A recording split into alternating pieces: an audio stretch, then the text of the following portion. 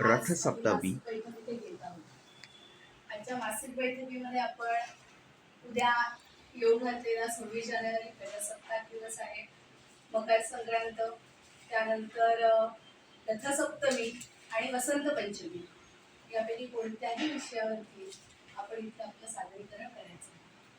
सर्वप्रथम कार्यक्रमाची सुरुवात करण्यासाठी मी आपल्या काव्यकिरण मंडळाचे ज्येष्ठ सदस्य श्री सतीश केतकर यांना विनंती करते की त्यांनी सरस्वती वंदनेने कार्यक्रमाची सुरुवात करावी.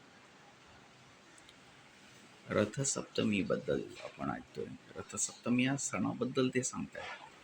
बऱ्याच राज्यांमध्ये रथसप्तमीपर्यंत मकर संक्रांत हा सण चालतो. तर या सणाबद्दल आपण आता माहिती ऐकली.